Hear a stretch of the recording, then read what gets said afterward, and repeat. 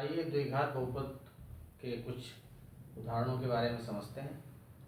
एक प्रश्न यहाँ है, द्विघात बहुपद p of x is equal to 6x square minus 3 minus 7x के शून्य ज्ञात कीजिए और शून्यकों तथा गुणांकों के बीच के संबंध की सत्यता की जांच कीजिए। इस प्रश्न को हमें हल करना है। तो सर्वप्रथम तो हमें इस द्विघात बहुपद को मानक रूप में लिख लेना है। मानक रूप में लिखने के लिए सबसे पहले सबसे बड़ी घात का पद, फिर उससे छोटी घात का पद और अंत में अचर पद। तो अवरोही क्रम में लिख लेते हैं। और इस द्विघात बहुपद के शून्य ज्ञात करने के लिए हमारे पास दो तरीके हैं। एक तो गुणनखंड के द्वारा हम इसके शून्य कर सकते हैं, ज्ञात कर सकते हैं, और या फिर हम सूत्र के द्वारा इसके शून्य ज्ञात कर सकते हैं। तो पहले शून्य ज्ञात करने के लिए गुणनखंड करने का प्रयत्न करते हैं, तत्पश्चात आगे का। तो देखिए यहाँ x स्क्वायर का गुणांक है 6 और इसके हम लोग गुणनखंड कर सकते हैं। तो ये हो जाएगा 2 गुणे 3 और अचर पद यहाँ पर है माइनस का 3, इसके भी हम लोग गुणनखंड कर सकते हैं 1 गुणे 2। अब यदि हम इनको देखें ध्यान से तो इनके गुणनखंड हमारे हो जाएंगे 3 होगा यहाँ पर।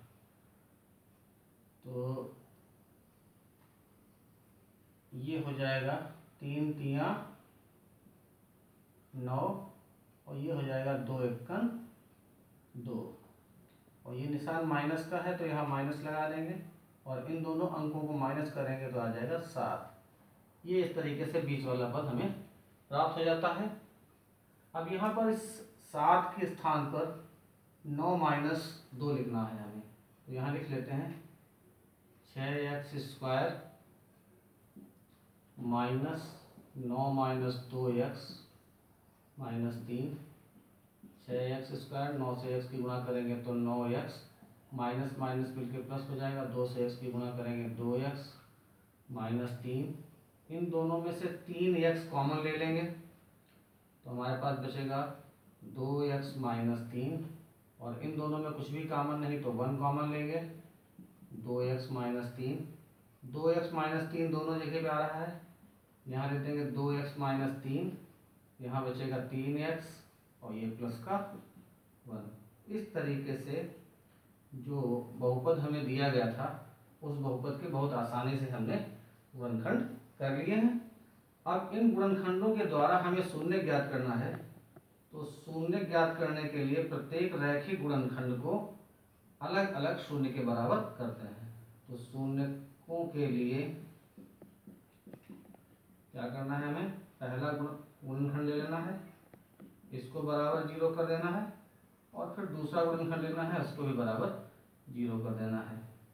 तो यहाँ पर आ जाएगा 2x is equal to minus का 3 उधर ले जाएंगे तो 3 हो जाएगा और x इज इक्वल टू 3, ये 2 अपान में आ जाएगा। तो ये हमें पहला शून्य मिल गया। दूसरा शून्य यहाँ पे है 3x बराबर, ये प्लस का 1 उधर ले जाएंगे तो माइनस का हो जाएगा और x बराबर -1, ये 3 बटे में चला जाएगा। तो ये हमारा दूसरा शून्य का गया। इस प्रकार हमारे द्विघात बहुपद के दोनों शून्य हमें प्राप्त हो गए। एक आ गया है 3/2 और एक आ गया -1/3। प्रायः शून्यकों को हम लोग अल्फा और बीटा से प्रदर्शित करते हैं। तो पहले शून्य को हम अल्फा कह देंगे 3/2 को, और दूसरा शून्य जो -1/3 है इसको हम लोग कह देंगे बीटा। देखिए हमारा जो द्विघात बहुपद है वो है p of x is equal to 6x square minus 7x minus 3। इसको हम लोग मानक रूप से इसकी तुलना कर लेंगे। तो मानक रूप हमारा द्विघात बहुपद का होता है ax square plus bx plus c। ध्यान से देखें x स्क्वायर का गुणांक यहाँ a है और यहाँ पर 6 है। तो इस प्रकार से तुलना की जाएगी तो a बराबर हो जाएगा 6। इसी तरीके से x का गुणांक यहाँ पर b है और प्रश्न में -7 है तो b इज इक्वल टू हो जाएगा -7 और अचर पद है c जो कि -3 के बराबर हो जाएगा। अब हम लोगों ने फार्मूला पढ़ा है, चूँकि हमें इसके शून्यकों और गुणांकों के बीच के जो संबंध हैं, शून्यक और गुणांकों के बीच दो संबंध होते हैं। पहला संबंध होता है alpha plus beta is equal to minus B upon A, और दूसरा होता है alpha into beta is equal to C upon A. अब इन दोनों की सत्यता की जांच करनी है, तो हमें ये देखना है कि ये सत्य है या सत्य नहीं है। तो हम क्या करेंगे, यहाँ पे सारे मान रिप्लेस करेंगे और ये दोनों पक्ष बराबर आ जाते हैं तो हम कह देंगे कि ये जो गुणांकों के मध्य और शून्यकों के मध्य जो संबंध है वो सत्य है, और यदि बराबर नहीं आते हैं तो ये संबंध सत्य नहीं है। तो देखिए अल्फा का मान हमारे पास था 3/2 प्लस बीटा का मान है -1/3 माइनस बी का मान है -7 और ए का मान है 6। तो यहाँ पे 2 और 3 का एलसीएम लेंगे तो 6 हो जाएगा। तो 2 3 6, 3 3 9, प्लस माइनस माइनस 3 दूनी 6, 2 1 2, और यहाँ ये माइनस माइनस प्लस हो जाएगा 7/6। तो 9 में से 2 माइनस करेंगे तो 7 बचेगा, अपान है 6, यहाँ पर भी 7/6। दोनों साइड में जो वैल्यूज आ रही हैं वो बराबर आ रही हैं, इसके मतलब जो संबंध है वो सत्य है। ये संबंध जो पहला संबंध है वो सत्य प्राप्त हुआ। दूसरे संबंध की भी जांच कर लेते हैं। अल्फा का मान था 3/2 और बीटा का मान है -1/3, सी की वैल्यू है -3 और ए की वैल्यू है 6। तो यहाँ पे देखिए 3 से ये 3 कैंसिल आउट हो जाएगा, तो हमारे पास बचेगा 1, यहाँ पर भी 1 हो जाएगा, तो 1 1 जा 1, ये माइनस का निशान आ जाएगा, और 2 1 2, यहाँ पर भी हम इसको कैंसिल कर लेंगे, 3 1 3 और 3 दूनी 6, तो यहाँ बचेगा -1/2, और दोनों पक्षों में -1/2 आ रहा है जो कि बराबर है। तो इस प्रकार ये दोनों संबंध जो हैं वो सत्यापित होते हैं, सत्य प्राप्त होते हैं। अतः सूत्र जो हमने लिखे थे दोनों वो क्या हो गए, सत्य पाए गए। तो इसको हम कहेंगे सत्यापित होते हैं, अर्थात दोनों सूत्र बिल्कुल सही है। एक और प्रश्न ले लेते हैं, बिल्कुल जैसा प्रश्न हम लोगों ने हल किया है उसी तरीके का प्रश्न है, केवल फर्क ये है कि इसमें जो बहुपद है वो बदल दिया गया है। तो यहाँ बहुपद है px = 2x² - 5x + 1। जैसे हम लोग अभी सॉल्व कर रहे थे, फिर दोबारा इसको सॉल्व करने की कोशिश करेंगे। यहाँ पे है p of x = 2x² - 5x + 1। अब देखिए इसमें अगर हम लोग इसके गुणनखंड करना चाहेंगे तो 2 के टुकड़े करेंगे तो हमारे पास हो जाएगा 2 1 2, और यहाँ पर 1 है तो 1 के टुकड़े करेंगे तो आ जाएगा 1 1 1।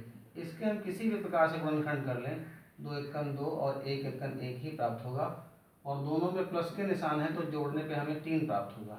लेकिन यहाँ पर हमारे पास 3 नहीं है, 5 है, इसलिए हम लोग इसके गुणनखंड नहीं कर सकते।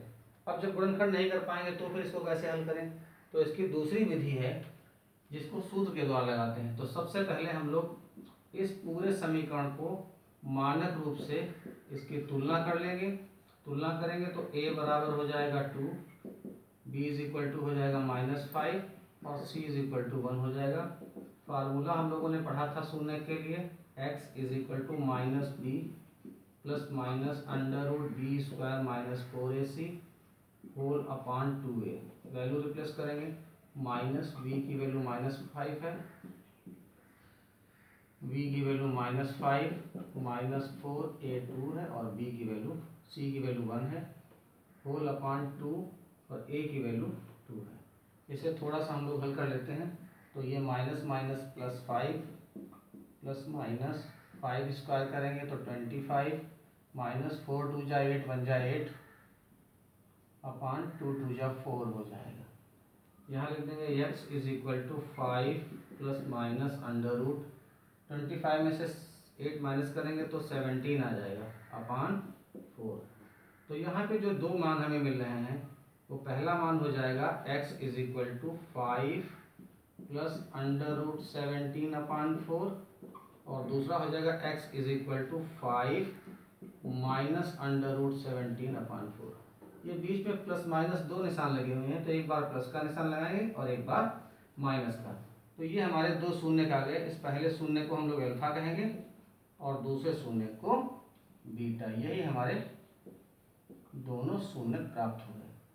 अब जैसा कि हमें पिछले सवाल में इनके शून्यकों और इनके गुणांकों के बीच में जो संबंध है उनकी सत्यता की जांच करनी थी, बिल्कुल उसी तरीके से यहाँ भी जांच करेंगे। तो पहला फॉर्मूला लिख लेते हैं, alpha plus beta is equal to minus b/a। Alpha की वैल्यू हमारे पास है 5 प्लस √17/4, बीटा की वैल्यू है 5 माइनस √17/4, बी की वैल्यू हमारे पास है -5 और ए की वैल्यू है 2। तो यहाँ पे देखिए दोनों सेम है, तो यही 4 एलसीएम हो जाएगा और ये 5 प्लस √17 प्लस 5 माइनस √17 हो जाएगा। ये माइनस माइनस प्लस 5/2, माइनस का √17 और प्लस का √17 कैंसिल हो जाएगा और 5 और 5 को ऐड करेंगे तो 10 हो जाएगा। तो 10 divided by 4 is equal to 5/2 और इसे 2 से कैंसिल कर देंगे। 2 5 जा 10, 2 2 जा 4। तो ये हमारे पास आ जाएगा 5/2 एट ऑल। दोनों साइड में इक्वल आ रहा है, इसके मतलब पहला सूत्र हमारा यहाँ पर फिर से सत्यापित होता है। दूसरे वाले फार्मूले को भी देख लेते हैं, alpha into beta is equal to c/a। Alpha की वैल्यू हमारे पास है और बीटा की भी वैल्यू हमारे पास है, दोनों की वैल्यू रिप्लेस कर देते हैं। c की वैल्यू हमारे पास है 1 और a की वैल्यू है 2, तो 1/2 हो जाएगा। इन दोनों को मल्टीप्लाई करेंगे तो ये एक बार दोनों प्लस में है, एक बार माइनस में, तो यहाँ वर्गांतर लग जाएगा। तो 5 स्क्वायर माइनस √17 अपान ये दोनों गुणा करेंगे तो 4 4 जा 16 इज इक्वल टू 1/2। 5 का स्क्वायर होता है 25, √17 का square 17 divided by 16 is equal to 1/2। और यहाँ पर 25 माइनस 17 करेंगे तो 8 आ जाएगा। 8/16 इज इक्वल टू 1/2। इसे कैंसिल कर देंगे, 8 1 जा 8, 8 2 जा 16, तो ये 1/2 और इधर भी 1/2। तो दोनों साइड इक्वल आ गई हैं। इसका मतलब है कि ये दोनों सूत्र हमारे बिल्कुल सही हैं। और यहाँ पर हम क्या लिख देंगे पुनः कि सूत्र हमारे क्या होते हैं, सत्यापित हुए। इस प्रकार से हमारी बात बिल्कुल सही तरीके से सिद्ध हुई।